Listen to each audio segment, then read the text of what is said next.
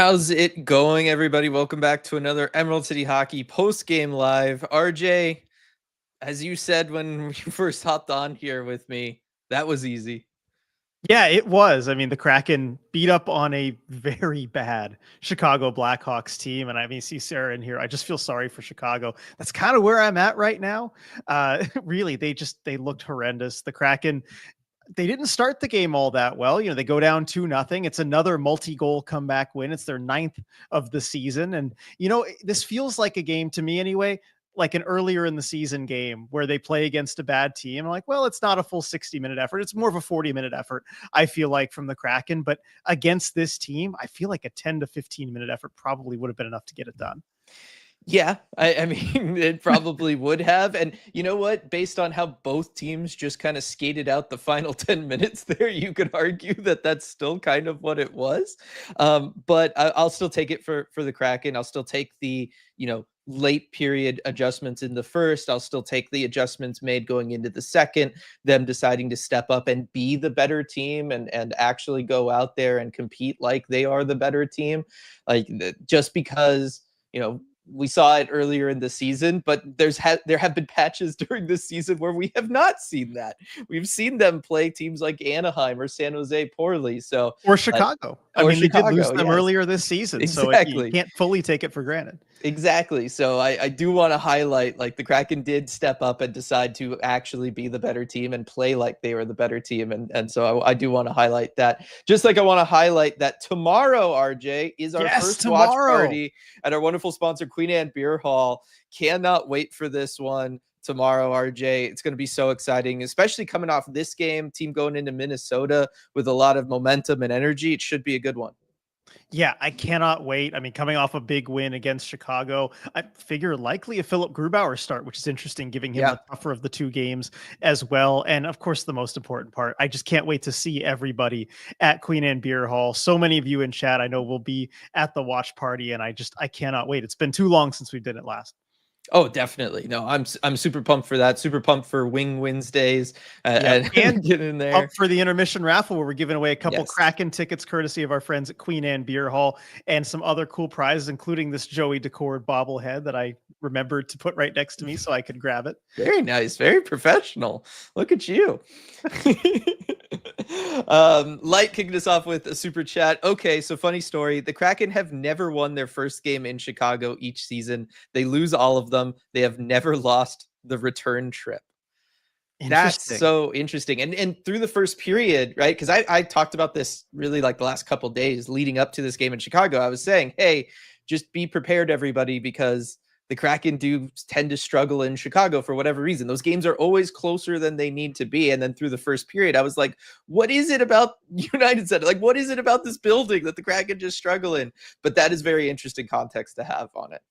Yes, it is. And especially from you, Light, there, who, maybe doubted me a little bit with the jinx talk on the Discord. You were not the only one, but I'm glad to see that money going to both of us instead of just going Venmo directly to Dylan, as it would have been if I was wrong.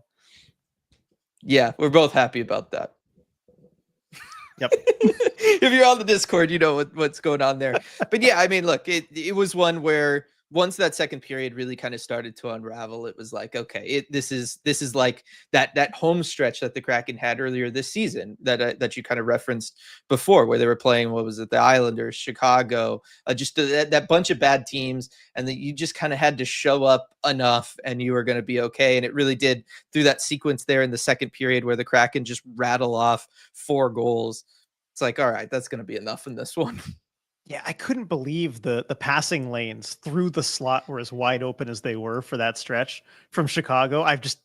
It's rare that you ever see something like that where Matty Beniers just sneaks over to the other side, able to get himself up for a one-timer. Shane's second goal. It's just so easy. The Jordan Eberle goal. He's just wide all alone. Got like I lose track of all the ones like that. Yeah. Got like a day and a half's worth of time for Chandler Stevenson to make that pass. Nobody's on Chandler Stevenson either. So like nobody's pressuring Stevenson to make the pass. Nobody's covering Jordan Eberle just wide open in the slot in like the perfect shooter's position. I mean, that's just got to be like the easiest goal those two guys have ever, had together. Yeah. All game. As soon as the Kraken woke up, it was just like that all second period. Yeah, no, it really was. It was a definite dominant performance for them. Earhead lose, no tanks. Beautiful game.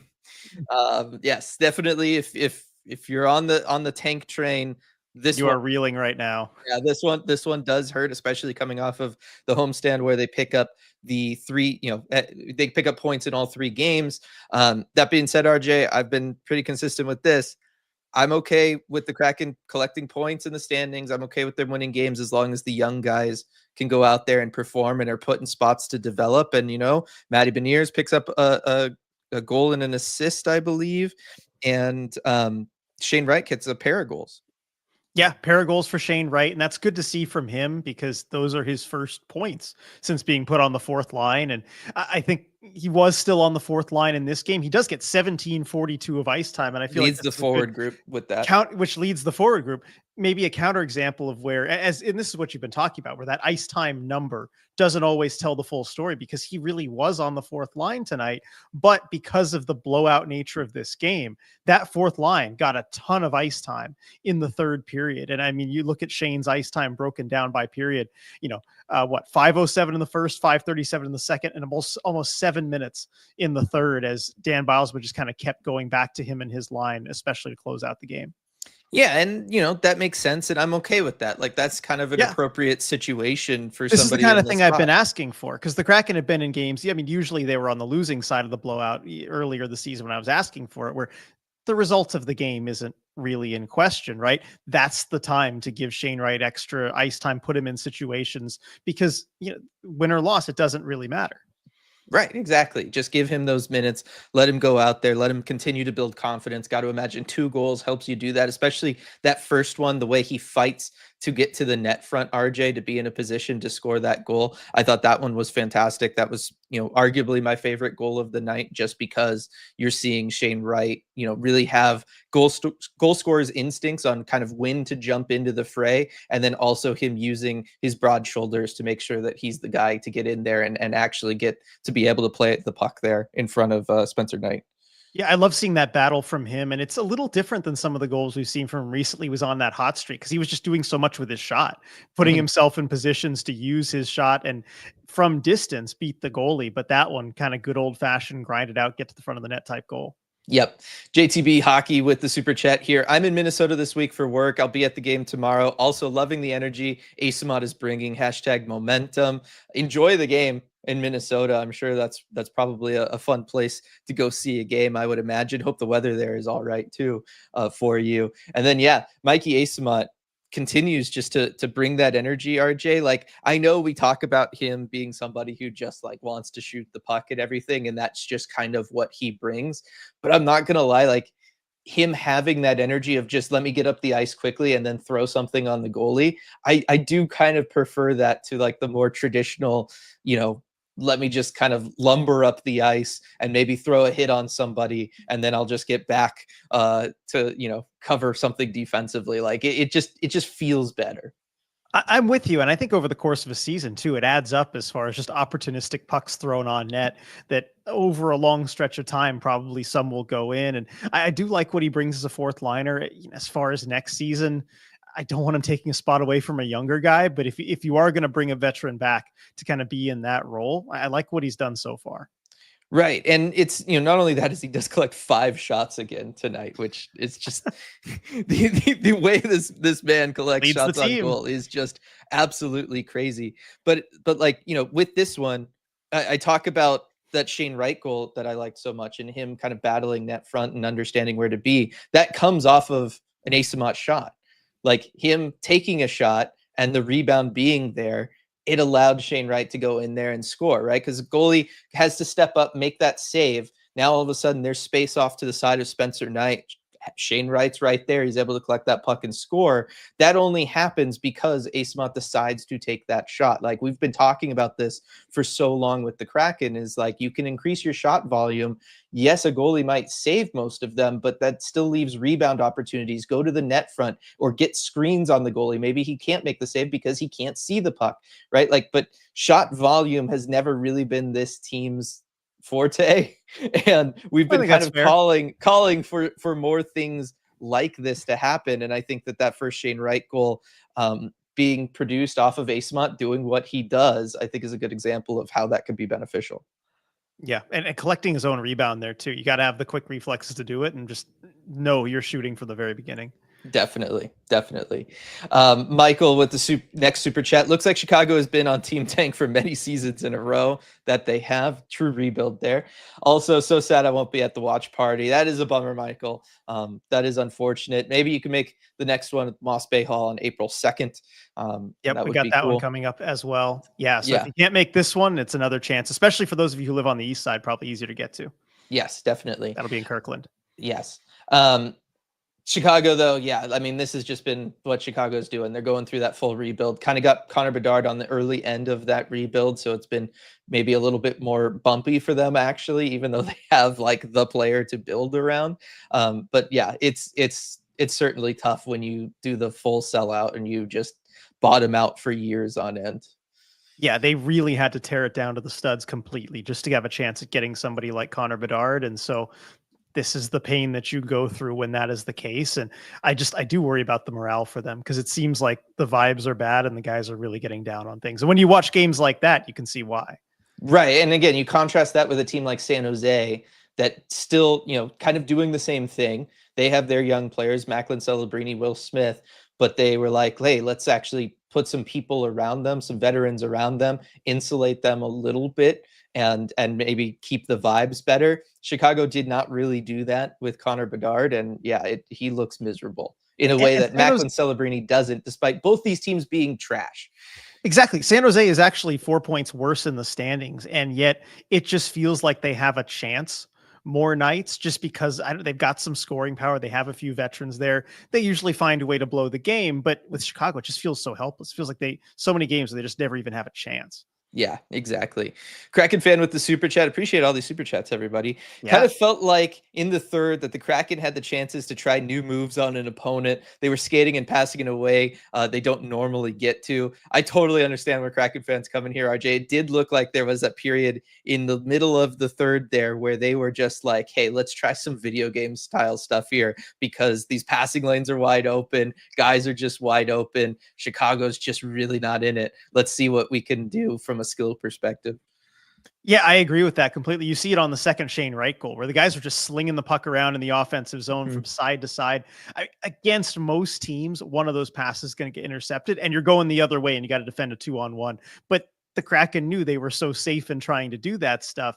And it is fun to see their creativity come out for a team that has a lot of middle six type of guys, nobody really on the high end creatively, maybe some guys who are young and can grow into it, like a Shane Wright, but it is fun to see that from a team when in the limited times where they're able to do that consequence free. Oh yeah, it is. And it's fun to see this group be able to do it because we don't really get to see that often. And it's just kind of nice to be able to see them play that way. Wisconsin Kraken fan with the next super chat. Appreciate it. Hey guys, if you could have changed one thing about the lines tonight, would you?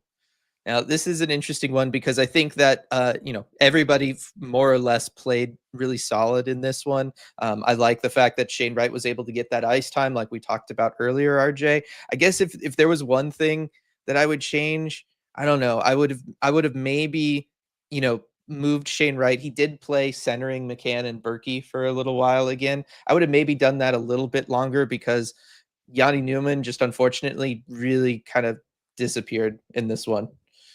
Yeah, he did. And what was his final ice time? 13:57, just ahead of Asot and Hayden. Okay. And I think it was Wright, McCann, Newman on a shift to end the game where he was kind of putting some of the young guys together, give him a little extra time.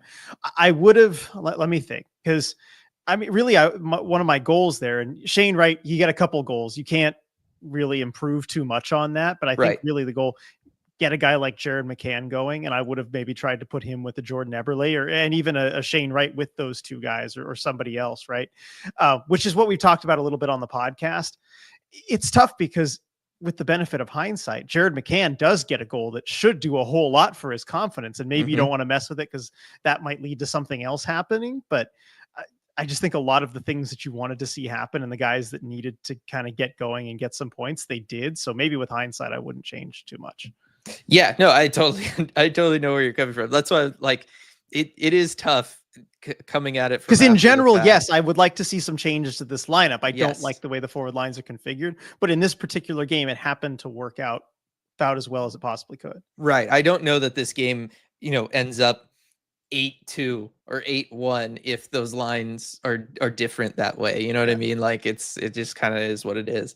But I am curious to see what they do for the next one, just because, you take away like the goal in the last game for Yanni Newman, and then you look at this game, you look at his 5-on-5 the last couple games, it's kind of trending downward for me as far as his ability to do things at 5-on-5. Again, incredible power play specialist, but do you want him just kind of hanging around playing 11 minutes a night waiting for power plays? Is he maybe better off getting more top six roll down with Coachella Valley at that point?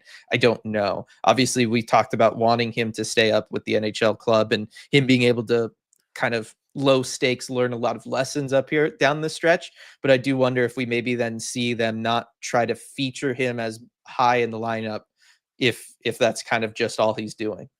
Yeah, and this is the game that I think really solidified that for me, because of course the Kraken only have the one power play in this game, so he doesn't get a whole lot of usage there. And this is a game where you probably have a lot of opportunity 5-on-5. We just talked about how wide open it was and how the chances were everywhere. And he couldn't really kind of take over in the way that other guys were, even get himself open for those types of shots that Shane Wright, Matty Beniers, Jordan Eberle were able to do. And so at this point, I wouldn't mind seeing them send him down kind of whenever they feel ready, because I don't know that you're going to have a better chance to really take over and be ready 5-on-5 than this game. And he couldn't really do that. Right. This game, because of the way Chicago is playing, basically what we've been saying without saying it is it allowed the Kraken to play creatively out there. They were able to go out there and be a little bit more creative. And Yanni Newman, as most young players are when they are 4 games into their NHL career, playing very regimented, sticking to the cycle, sticking to those things. And in a game like this, where things are just more loose, more wide open, more creative, you just tend to get left behind in that scenario. And I think that's what kind of happened with him tonight. Amanda with the big super chat. Really appreciate this, Amanda. Canner on the score sheet. I caught something and don't want to breathe on the ECH squad with my germs. Have a pretzel for me, y'all. I mean, if you're going to twist my arm, have a pretzel at the beer hall tomorrow. I guess go ahead. If you say so. Yes, but appreciate the super chat. Bummer that you won't be there. Hopefully you can make the next one. And then, you mentioned it earlier, RJ, Jared McCann getting the goal. Yeah, definitely. And before Striatic asks, that was actually my favorite goal of the game, because I love the individual effort from Jared McCann. And it felt like vintage Canner on that one, because the replay doesn't show it all that well. I was hoping we'd see a slow motion replay of him catching the pass, because that pass was at like knee height and it was hard. And he had to kind of swat his stick down and just get the puck to settle. And even then it was still rolling on edge, and he managed to settle it just before shooting it. And then again, vintage Jared McCann shot to the glove side. I mean, the speed on that, Spencer Knight couldn't really react to it. And I just love seeing that from Jared McCann, because that's the Canner that we know and love. That's why it's my favorite goal of the game. And again, sorry you won't be able to be there, Amanda. We'll certainly miss you at the watch party, but thank you for doing the responsible thing. Get well soon, and certainly get well by April 2nd. Hopefully we can see you at the next one. Definitely. Looking back over into chat, George, stat padding night, almost had a Shane Wright Hattie on the 4th line. Wow, Chicago is truly awful. Franchise is an absolute shambles. I mean, it's planned shambles, if that helps at all. But yes, it was a good night to kind of get everybody. It's a good get right game. And I don't just mean that as a pun on Shane Wright's name. I just mean that as, guys like Jared McCann getting back out there, collecting a goal in kind of true Canner fashion, building that confidence back up. Matty picking up a couple points. Obviously, Shane doing what he did. Zoe, we're now tied for first in the NHL for goals by defensemen. And who was it, RJ? My boy. Yep, it was Adam Larson. I thought he might have been the Kraken's best player tonight, with not just that goal and the vision to step up and take that one-timer, but also just the vision to find guys for those one-time passes too on the other end of it, with Matty Beniers and then to Shane Wright. I mean, Lars was just feeding everybody. No, you could tell he wanted this one tonight. Like, he wanted to go out there and have a good performance and play strong. He was one of the few guys kind of like early on in the first period. And I know like there was like that opening sequence that was kind of rough. And I think it was also with the first Chicago goal, if I'm remembering right. Like there was maybe some stuff there from Lars, but I just kind of felt like the way he was jumping up early in the offensive zone, it was just like one of those like, oh, Big Cat wants to have himself a night. Yeah. And especially you mentioned the first goal after that one kind of went in off him. It was a weird bounce to go past Joey. And I think he wanted to make that right. Yeah, definitely. Let's see. Can't wait to hear Kraken Hockey Network say they're back in the playoff race. I mean, look, the way they're compiling points and the way that nobody wants to run away with it, like they loosely technically are. I wouldn't go that far, but okay. What are they at if they win out? You wouldn't loosely technically go that far. No, I really wouldn't. What is it? So if they win out, they get to 91 points. Okay.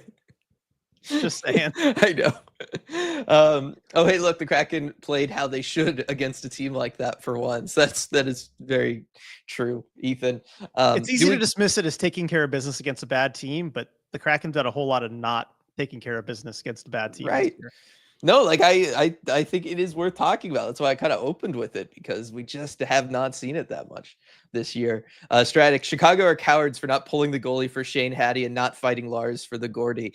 A couple guys had opportunities, RJ, for the Gordie Howe hat trick tonight. Well, I guess it would be just Lars and Beniers, but I wanted it so bad for Adam. He's Larson not Matty there. Yeah, Larson I will take. Please don't have Matty Beniers dropping the gloves. But it would have been fun for Adam Larson in this one. I'm just convinced it's going to take like 5 years or something for it to happen. Yep. Yeah. Well, that would be next year. Not coming together. Oh, yeah. I meant 5 more years. 5 more years, yes. Season 9, everybody, pencil it in. Edward with the super chat. Always be yourself unless you could be a Kraken, then be a Kraken. #watch party. Yes, hope to see you there, Edward. Always love when you're able to make the watch parties and getting to talk with you in person. And yeah, I mean, I would choose to be a Kraken. If that's definitely an option for me, I'm definitely choosing it. I can't wait. I hope Edward's there to hear all the zingers and fun terms of phrase in person and not just limited to the chat. Yeah, that'd be great. That's a treat. Heather, I missed most of the first period, so it looked like a great game the whole way through for me. I was surprised to see Joey and not Grew in net, given it was the Blackhawks. I was a little surprised by that too. RJ, do you think it was just Dan really wanting to keep the momentum going for the squad? I do think that's what it was. And I'm glad you brought this up, Heather, because I think that is one of the biggest talking points going into the game was the decision to start Joey for this one. And I think you look at the back-to-back situation, I felt that maybe the team, if you're looking at it in a certain way, you could say it's important to at least get one win out of those two. You really don't want to drop them both and then, have to deal with that schedule that only gets harder and harder and you're back on the road and everything. It's important to start off the road trip with a big win for momentum's sake and everything. That said, I think before the game and in hindsight, really, I don't think they needed Joey in this one. Early on, they kind of did. Yes. I mean, it could have actually been worse than 2-0. I think it Joey could have been not been as good as he was. Like that first period, I thought was actually quite bad from the Kraken. That said, I think they could have dug themselves a 3-goal deficit or maybe even more and pulled out of it, given the way they played in the second and third. Yeah, no, I agree with that. And also one way I would hope to interpret it too, sorry, and maybe you were going here, but the fact that you're actually feeling maybe comfortable enough to give Grew the tougher of the 2 games. I think that says a lot. Yeah, no, I do wonder if that is part of it, is that they in some ways maybe want to challenge Grubauer after his last performance and give him that tougher game. And, it's certainly a signal to Grubauer that, hey, we trust you enough to take that game against Minnesota. And look, Minnesota, they still have a bunch of injuries right now. Like they're not the juggernaut that they were earlier in the season. Obviously, they are a better team than the Blackhawks. Definitely no denying that. But they're not like necessarily going to come out and just light up whoever you throw in net. So I do think that there's elements there, but I do think that it's a significant portion of it is them trying to send a message to Grubauer that they do trust him for starts like that. Lindsay, do you think the Firebirds or any decent AHL team could beat the Blackhawks right now? Yikes. I think this is just like the whole, like, could Alabama beat the Cleveland Browns kind of thing? No, they just couldn't. No matter how bad an NHL team is, they are still better. Yeah, there's such a huge gap in skill between the 2 leagues. It's hard to, see it when you look at them separately, but it's really there. Yeah, and I don't know how serious you were Lindsay, with that, but just for anybody who maybe was having those thoughts, not a chance. Maybe in a 1 game because hockey is just weird, but a 7-game series, no way. Chuck with the super chat. Good deep dive discussion on how it's time to prioritize the youth development via rejiggling around the lines. I think Dan was playing Joey tonight to give him more rest before the Oilers. There is potentially also that component to it as well, RJ.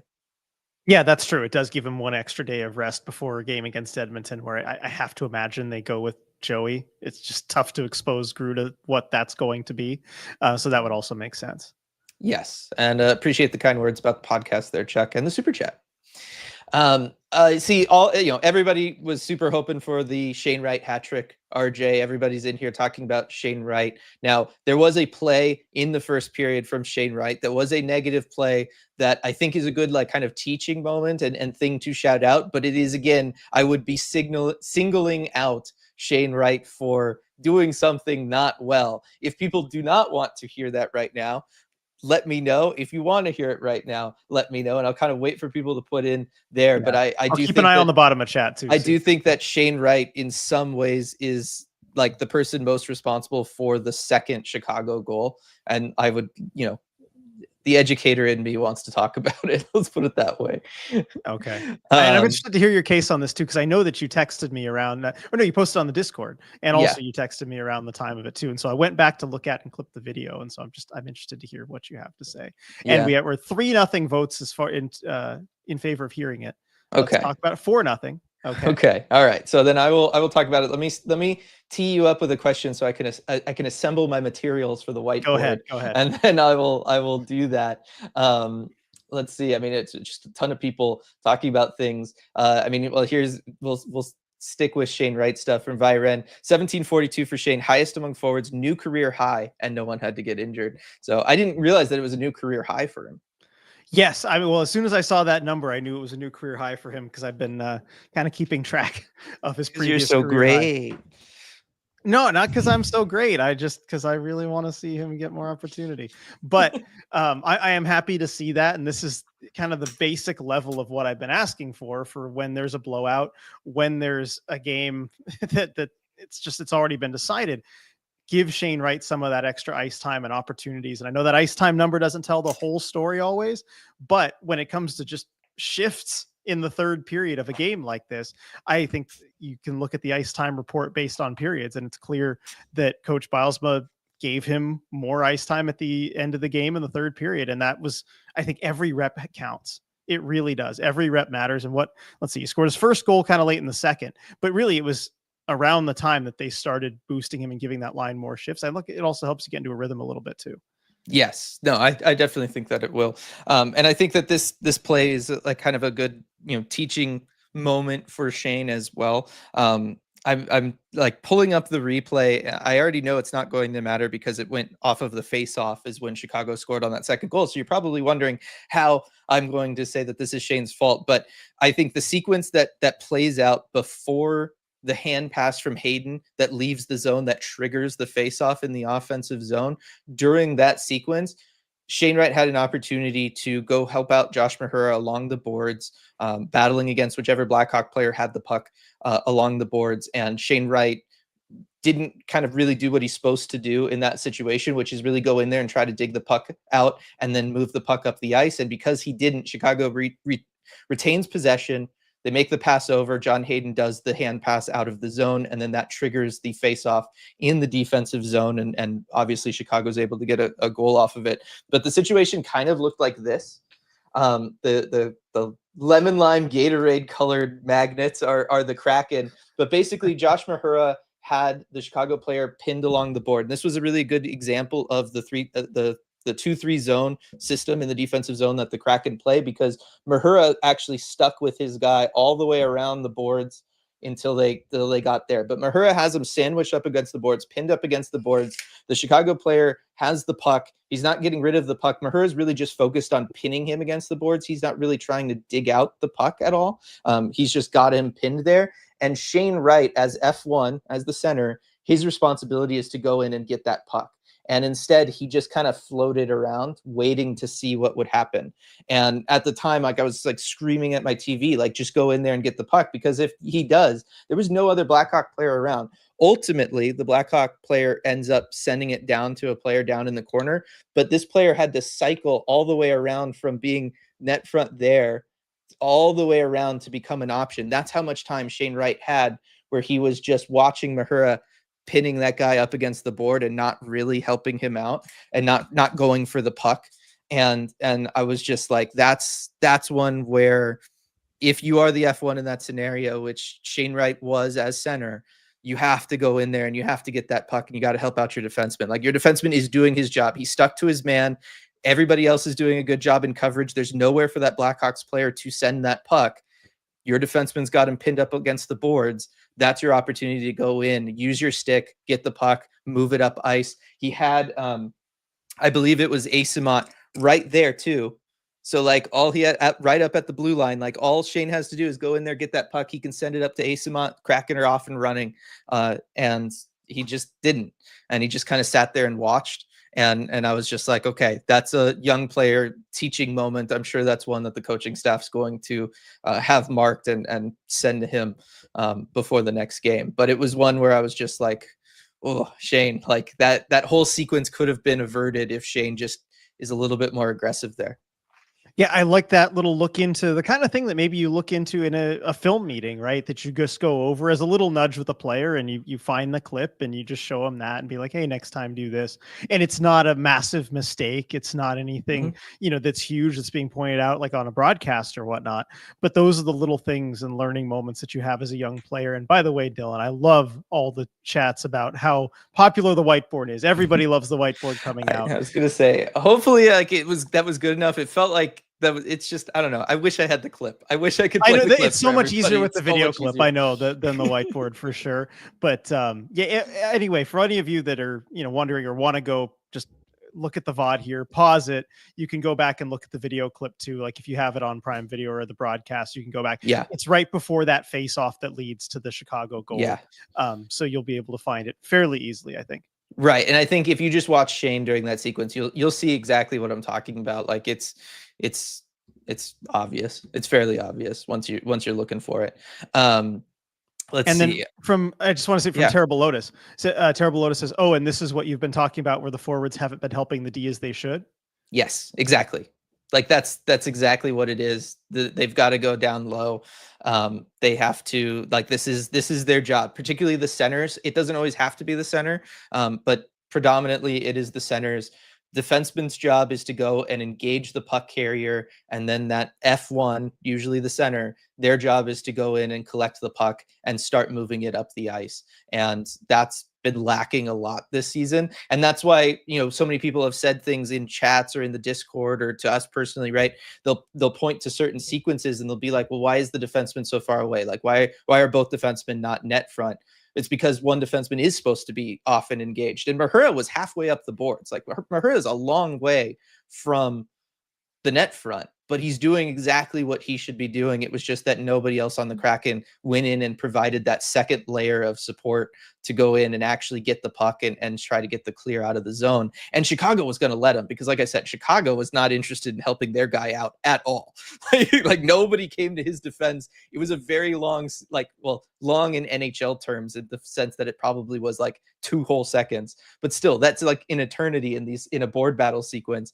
And there was just still nobody in frame for Chicago, but you have Shane Wright sitting right there. You have Asot also not too far away, and just nobody kind of went in to be that second player to try to dig that puck out. And that just kind of that bugged me, because that's what you need to do at this level.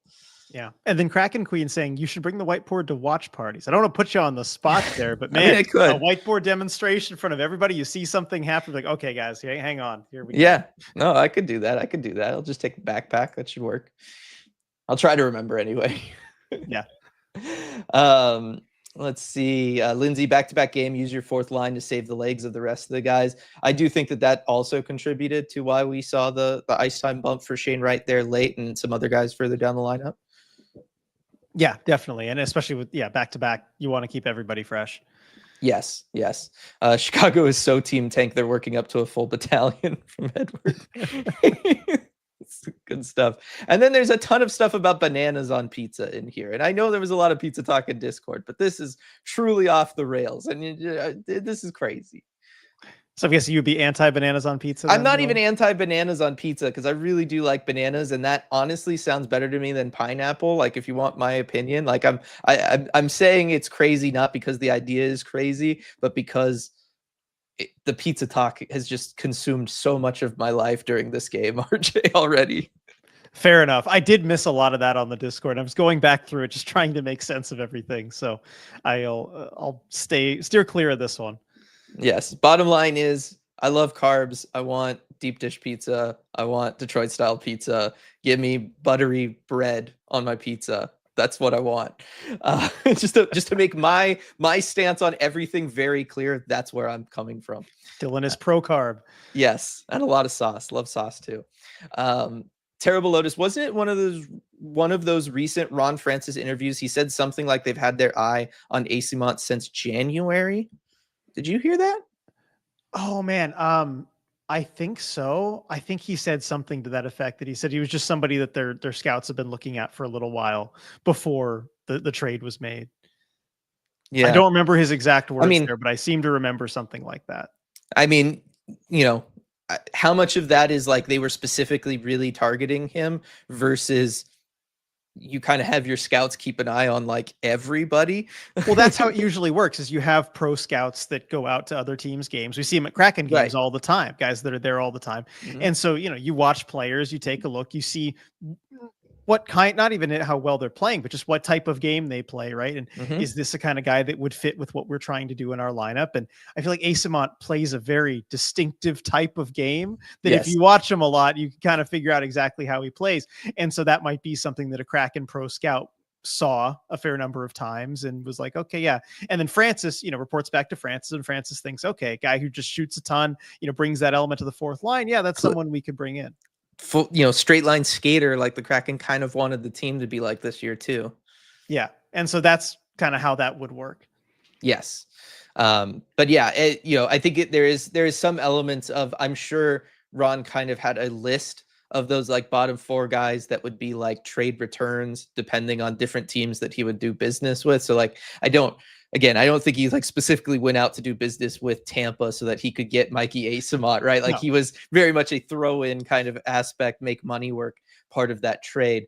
But I do think that it was one of those when Tampa's like, okay, who do you want coming back so that we can make this work? I think Ron Francis has those scouting reports and says, this guy. Yeah, I think you're right. Yeah. Let's see. Talk about Bedard and trading for Bedard. Would you be in favor of Connor Bedard being a Seattle Kraken, RJ? Yes, I will say yes. Yeah, I think I would kind of go with that. Just gonna say. Let's see. People talking about Yanni Newman going back. It's because I was just thinking about the Tampa trade. Yanni Newman going back to the Firebirds. The Firebirds desperately need Yanni back, it seems. I know their scoring has coincidentally kind of dried up here, RJ, since Yanni Newman has joined the Kraken. I'm going to call it a coincidence. Yeah, I'll call it a coincidence too. I'll agree with you there. People kind of, it seems like they're cool with it. Via Ren, I'm fine with him going down, but I'm also fine with him hanging with Jess a little longer. And then following that up with, I don't know if she's actually working with him right now. I don't know if she's working with him either. Didn't really seem. I haven't seen a lot of individual work in practice, the ones that we've been to anyway. Yeah. Anything that's been open to us, we haven't really seen anything. And I know it's really hard for that kind of one-on-one stuff when they're on the road. So I would guess that certainly during this road trip, you're probably not getting a lot of that. So I don't know how much of that is happening. That being said, I'm sure there's still plenty of stuff where she can go to him in the locker room or afterwards and be like, hey, I noticed you're doing this. Why don't you try doing that? Like, it doesn't have to be, on ice, kind of more hands-on. It can still be like film room stuff and talking to the player personally. And that can still be helping him out. Yeah, and on the decision to keep him up or down, like his skating, at least from what you're telling me, because I trust your vision on this more than my own, that it's improved quite a bit this season just by being in Coachella Valley. So clearly whatever they're doing Yeah. with him there is helping. Yeah, I think just having kind of like more, dedicated staffs that are maybe a little bit larger than exist in Liga that can then focus on more of these aspects. And the fact that the Coachella Valley staff this year really did truly transition from, a coaching staff that has like an NHL caliber head coach like already on it, who's had a lot of success at the NHL level, who's trying to help establish a team down there, make them competitive, take them to Calder Cup finals, all of that stuff, to somebody who has experience working with young players in Coach Laxdal, who is going to, and the team transitioning more so to having their homegrown talent be there, being more of a developmentally focused team. My guess is that everybody on that coaching staff down in Coachella Valley, really one of the priorities for the Kraken, for all of them on the coaching staff, is to work with these players on the things that will help them become ready to become NHL players, more so than just helping them focus on the things that's going to cause them to go out there and win AHL games. Yeah, and I think that has been an important transition that you've seen this year. I'm curious how it goes in the playoffs this year. I'm going to be so excited to watch them and see how it kind of comes together. Yeah. Some more international pizza takes. This is cool. Like I'm looking at some of these. Here. Yeah, it's a lot, but I dig it. Sweet corn. Okay. Anyway, I could get lost in these. We could do a whole post game about these. The Japanese one, corn, mayo, and octopus. Like there's a lot of stuff in here. As I just want a lot of bread and cheese and sauce. I had nothing else. But I like hearing about it. Berkey's pass on the Canner goal was sweet from Daniel. It was like Berkey, I thought, played another good game in this one. Yeah, he did. And he just looks like he's fitting in better than he has really at any point with the Kraken since the injuries that he's had. They finally kind of, it seems like he's working with multiple line mates, which is exciting to see if they keep him around next year. Yeah. It'll be interesting. We'll see. I mean, yeah, we'll see. Kylie, I think Dan wanted a win for Joey. He's lost a few lately. That could also be the case with choosing Joey to go in this one. Is it, kind of can help rebuild some of his confidence if that's been shaken by some of the stuff in front of him. I don't think it should be, but all professional athletes, but especially goalies, take losses a little personal, I'm sure. Yeah, doesn't hurt to throw him a bone too. He's always gotten the tougher matchups this season, just given that you can't always trust the backup. Give him one of these. He deserves it. Yes. And Rebecca, Oilers currently bullying Utah, by the way. Yeah, I was it like 5-1, 6-1 earlier? Yeah, it was lopsided for sure. What's the score now? It is rough. 7-1 final. Oof. Yes. Terrible Lotus, what day is Watching Firebirds chat again? That's going to be next Monday. The 24th is, I think, what the the date is. That's when the prospect chat is for watching the Firebirds game together. And yeah, if stuff like what I was showing with Shane Wright on the whiteboard happened during that game, then because it's pre-recorded, we could just go back and I can just re-show the sequence again and kind of break it down. It's kind of what I'm hoping for by doing the kind of like live watch along with the Firebirds. So it should be good. Let's see. Appreciate all the love for the whiteboard as well in here, because that's kind of where I'm at on in chat, in case you couldn't guess. Do we want to answer this? Do we want to answer this question from Striatic RJ? Who's better, Shane Wright or Connor Bedard? You know what I'm gonna say. I'm sorry, but it's Connor Bedard. It is Connor Bedard. Like, yeah, it's Connor Bedard. I think Shane Wright's probably playing more confidently right now than Connor Bedard. I think that's fair, but yeah. Let's see. George, thoughts on Riker's performance tonight? No points and probably hard to judge defensively versus this atrocious Chicago attack. I do think that Riker did bounce back a little in this one, though, RJ, just coming off of the really rough performances that he's had. He didn't look as bad to me in this one. That being said, he was, I guess, I mean, this is an improvement in the sense that like I was looking for him and it was hard to notice him. Yeah, and I think that's a good way to describe it. I mean, I went to look at the Hockey Stat Cards game score because I was curious what that had to say about how he played. He did have a positive game score. Then again, every single Kraken player except for Yanni Newman did. But Evans had the second lowest on the team. And I think really it's just because he didn't do a whole lot in this one, and in a game where you have a 6-2 dominant win, not doing a whole lot is probably going to put you toward the bottom of your own team. Right. And I do think as we're talking about, oh, it is kind of a blowout late. We see that third period ice time from Shane Wright and maybe some other players in the lineup and them kind of getting that chance to go out there, build confidence, have fun, play creatively. I do think it says something that Riker wasn't really part of that group. Yeah, I mean, no, not really, because he had 6:22 in the first, 5:13 in the second, and then almost 7 minutes in the third, 6:56. Like Not a little huge bit. bump, but really it just goes down in the second, Yeah. which the second was where they had a lot of their positive play and did a lot of their damage. So I guess that would make sense. Yeah. Yeah. So we'll see. Again, it's, being a young defenseman, it's gotta be tough here. Let's see. Zach, Ron Francis, what? Oh, No, I was saying super chat yeah. here from Light. Yeah. Light, my hot take is Shane is the better center. Bedard has the higher offensive ceiling, but it's just not a true high-end center in the NHL. Well, I know you'll be sympathetic to that because you've been thinking Bedard at wing for a while now. Yeah, I have been. I think that could really work for them, or at least just get him going and kind of do some good for him, get him some confidence, let him just focus on goal scoring and doing the thing that he's kind of built to do best. I think that he has improved his defense dramatically this year.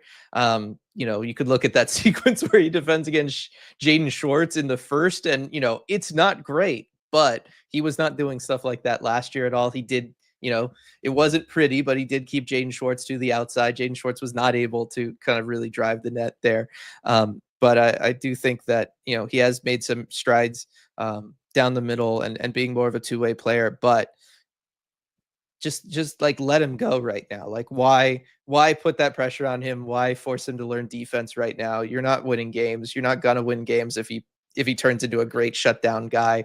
Like you might as well give him and the fans what they want, which is just for him to be given the green light to go out there and produce.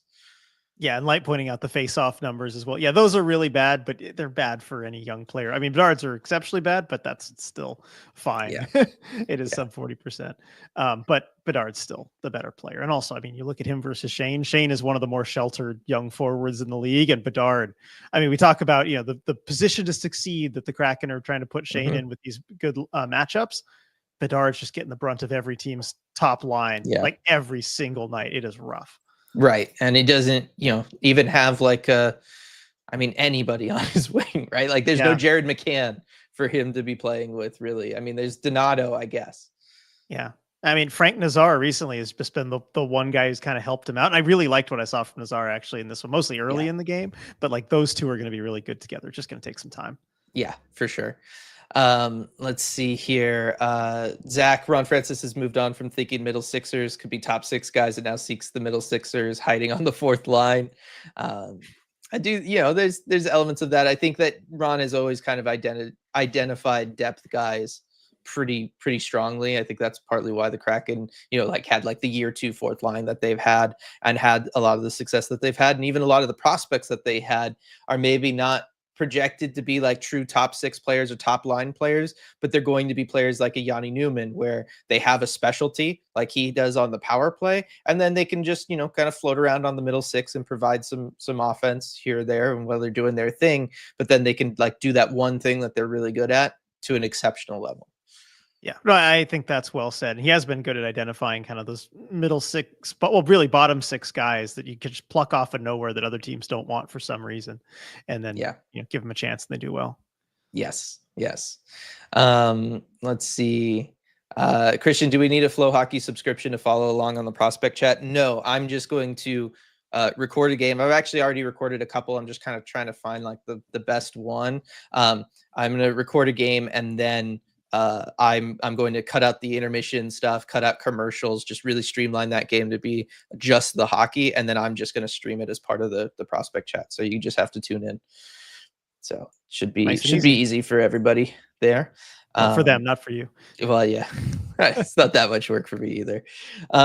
Let's see. Brandon, Bedard is a Draisaitl, not in style, but in the way he can play center. But when you can push him out to the wing, you see a beautiful masterpiece. I like that. Yeah, I do too. And and there's some value to playing a guy like that at center because of what they can do. A player just that good up the middle, but yeah, wing is probably their true calling. Both those guys. Yeah, yeah. Let's see. Is this the most unanswered goals the Kraken have had in a game? From Edward. It's an interesting one. I feel like something year 2 would have beat that, but it's hard Well, to beat. what about the Chicago game that was part of the watch party year 2 when they scored like 7 goals in the first period? But I think Chicago scored in between. I believe it was 6 in the first period. Well, I said like. Okay, but no, that's okay. Well, and those were eventually answered. Yes. So they were up 6-1 at the end of the first period. They score 1. Chicago makes it 1-1, and then they score 5 after that, and then Chicago scores next. So that's not 6. I mean, really, there's only so many games where they got 6 to goals. begin with. The LA game does not count. I can tell you that the 9-8 that LA was back game and forth was both very ways. back and forth. Interesting. Yeah, I can't find any. Yeah, no, even that San Jose game was too back and forth. There's too much. Yeah, that Ottawa game was nope. Yeah, this might be the most. Yeah. 8-1 win over Arizona. Now Arizona scored right in the middle of it. Wait, 1, 2, 3, 4, 5, 6. Okay, so after Arizona makes it 2-1, Kraken score 6 unanswered to close out that game and make it 8-1. Okay, so ties then? Yeah, that one ties it. There might. I mean, 7 would be hard to do. There's only so many games that it could be. Yeah, for that. Terrible Lotus saying, what about the first Montreal game this year? Oh yeah, that 8-2 win. That one could be it as well there. And Edward, to answer your question that you threw in there, we're not going to talk about that. We're just not going to talk about that. It's fine. I'm doing it for educational purposes, right? Like it's very much like educational purposes. So I think we're okay. Yeah, and we don't have snitches here in chat, do we? No, I don't think so. Better not anyway. George, is there what John Hayden does to stitches? No. Yes. George, is there a record of AHL line combinations without watching the game? Is there a record of CV's line combos? I don't think so, because like just so much of that stuff is not really tracked in Coachella Valley. So unless somebody has been tracking it themselves, like third party, I don't think that there's an official one, although Viren's saying yes. So I mean, you would have like the starting lineup tweets, I guess, for the Firebirds.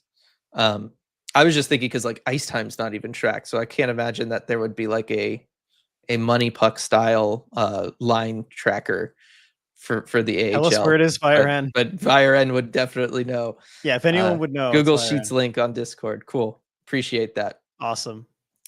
And then Lindsay, with our logjam at center, which of our centers would shift to wing the easiest? Matty Shane or Berkeley Catton? Or maybe move Chandler, what is defense Stevenson, to wing, but let him do faceoffs? I think Berkeley Catton starting his career makes the most sense. Just like let him focus on offense, let him get used to NHL speed, size, strength, all of that kind of stuff on the wing. That's something that just isn't done anymore, RJ. But I remember back in the day that being a much more common occurrence. Yeah, it seemed like that was a normal thing to do with a young player in that spot. So I don't know why it feels like it's gone away, but I don't really have any data to support that. Yeah, but I would say Berkeley Catton kind of early on for that reason, and long term it might be him as well. Just because I think Matty is just so solid defensively and as a driver of possession, zero reason to move him out of there. I don't know that Chandler Stevenson is as effective on the wing from an offensive standpoint. Like I do think that he benefits from being a center and having that freedom in the offensive zone to kind of move around and create. And then honestly, Shane, I guess Shane could do it. Like he would be fine doing it, but he's a natural center better. You want him down the middle of the ice. And I know you were saying even from Catton's draft here, right, that you could see him potentially becoming a wing. So I think that's probably the answer. Well, and especially when like the two reasons he fell in the draft, the two reasons that he's, that the Kraken still want him to work on, that they've talked about and everything, it's skating and his size. Those, you kind of need those two things to be an effective NHL center. Obviously, it's going to be hard for him to do much about the size in the sense that he can't grow taller. He can certainly add on weight like all young players. The skating, we'll see kind of how how good he gets and how he can move and all of that kind of stuff. But if the skating kind of continues to be an issue for him, then you worry about like 200-foot game, back checking, all of that kind of stuff. Not that I Yeah. think it's really that bad. Maybe I just watched a lot of Yanni Newman focusing on skating, and that was that bad. Yeah, it's fine. Room to improve. And then Zoe said, I think we should move Maddie to defense. I think Maddie should move to defense. There you go. There's a radical idea. I'd be fine with it. Let's try it. Why not? Let's go. Big rig up, Maddie back. I'm all for it. Why not? Policies for a happier Kraken. Yes. Stratic, am I a bad person for wanting to move Maddie to wing? I mean, no, but I would love like your reasoning, like just or down here, I want Maddie on Shane's wing just once as a treat. Okay, so just for them to play together, I get that. But yeah. Weren't they together for like one shift or one glorious shift earlier this season? It was Maddie, Shane, and McCann, I think. Just go all three guys who can play center. Yeah. And they were loading it up at the end of a period. It was like 45 seconds to go in a period or something. Yeah, no, I remember something like that. Was that was during that stretch of them playing bad teams, I think. So yes, it was. Like, that's right. Was that Chicago or the Islanders, maybe? It was in Seattle. Yeah, it was one of those games in that stretch. Tammy, I missed the fight in the beginning. What was that about? I don't know. I just think they kind of wanted to do that. I think so too. And I mean, I understand it from the Chicago perspective with Pat Maroon. Look, you've just lost 3 games in a row. Yeah. The vibes are really bad. Everybody's down. On paper, there's no way you're going to win this game. You got to do something early on to get the guys going and try and get your team back in it and do something for team morale. So I totally get why Pat Maroon wanted to do that. And it worked briefly. I mean, it did get their guys going. It seemed to give them a jump. I think Hayden maybe just wanted to do it. I don't know. I don't know why, if you're Seattle, you're starting a line with John Hayden on it to give Chicago the opportunity to do something like that. Because it feels like, look, the Kraken have been playing well. You got 5 games. You get consistently good effort. Chicago is on the complete other end of it. They're playing terribly. Why would you give them a chance to do anything that could give them momentum? Yeah. I don't want to be too critical of it. I just on paper, it seems to benefit Chicago. So I get why they would do it. Just because John Hayden's kind of from the Chicago area. Oh, John said he owed him one, I guess. Oh, okay. Well, that's possible too. Right. That would be the case. And, I imagine Disco Dan Bilesma, being the 4th line grinder that he was at the NHL level, would understand that. Yeah, no, that makes sense. And again, wins and losses don't matter. So if that's the case, then that's fine. Yeah. And I know because he's from the area, people were talking on Discord, like maybe he did it just because he's got like friends in the building and stuff. Like kind of give people a show there a little bit. Matthew, what do you think the chances are we actually get a top 4 pick in the draft? I'm a little scared we'll fall into mediocrity. I think as far as getting the top 4 pick, it's probably sub 50% at this point, just because I don't know that you're going to finish in that range anyway. And then also factoring in the lottery and the fact that teams could jump you, even if you were to say finish 4th. I think the odds are definitely below 50%. Yeah. I mean, in the current spot, they have the 6th best lottery odds, and it's about 15% of having a top 4 pick. So not very good. And it seems like they're headed in the wrong direction in that sense anyway. So pretty low. I wouldn't count on it unless the Kraken really start losing games. But I feel like they've kind of really, with the last 4 games, so taken themselves out of contention for a top 4 pick. Yeah. And then Viren coming in clutch with that AHL data there. Awesome. Yeah, no, it's fantastic. And I agree with Rebecca's comment here. Viren about to pull a cap friendly sale for her AHL data. Let's go. We got to find it in the budget, Dylan. Yes. Let's see.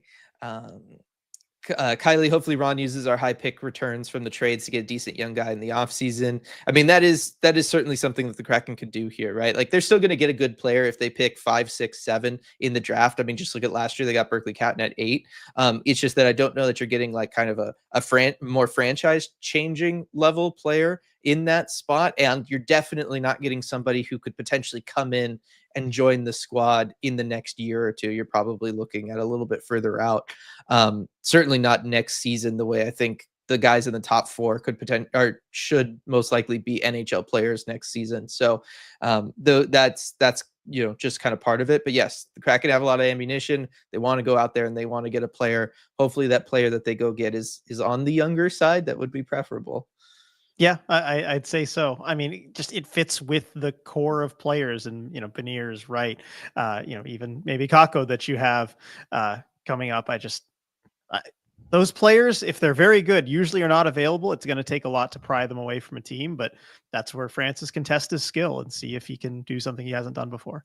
Right. And George, top four still within reach. Even Porter Martone would greatly help move up our timeline to compete. I think he would. And look, Higgins and Martone have had terrible draft years. Like, they're just absolutely tumbling down boards. You never know when an Anaheim is going to come in and draft a Beckett Seneca, which actually, by the way, has proven to be a very good pick for them. He's been incredible this year. But you never know when somebody's going to go a little off the board and pull somebody up, and then one of those four guys falls down to 5 or 6.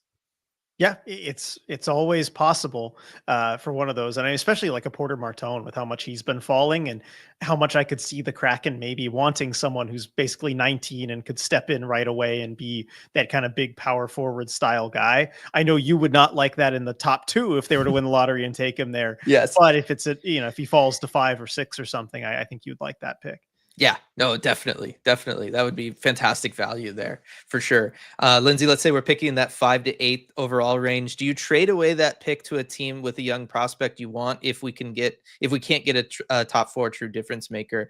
I would be open to it. Yeah, because I think that, yes, if you're the Kraken, your timeline is more so now than waiting another 2 years on whoever this pick is. I think that if you can get kind of an equivalent level prospect back, I would be open to something like that, especially if there's, Roger McQueen's on the board and the team's just absolutely in love with him. He's somebody who's going to definitely need time. Go ahead and make that swap.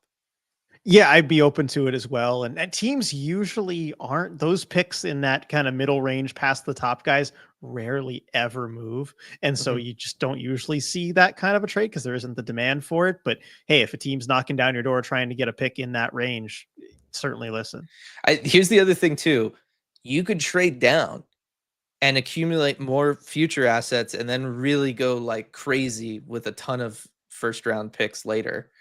Yeah, although that's another kind of trade that is pretty rare, especially in a draft like this when, but again, after the top 4 or so, it's all pretty equivalent. Like, why would a team trade up into that range unless you're trading up from like 15 or 16 or something to go do that? Right. Well, that's the thing. If I could see, there's a couple players like a Roger McQueen where I could see a team really falling in love with him and wanting to do something like that. Yeah, I could see it. Just have a plan for those assets that you pile on and get. Yes. All right. I think that's going to do it for this Emerald City Hockey post-game live after that wonderful Chicago win. Boy, we talked about the game as much as we really could there, but this one was just all Kraken. It was a fantastic one.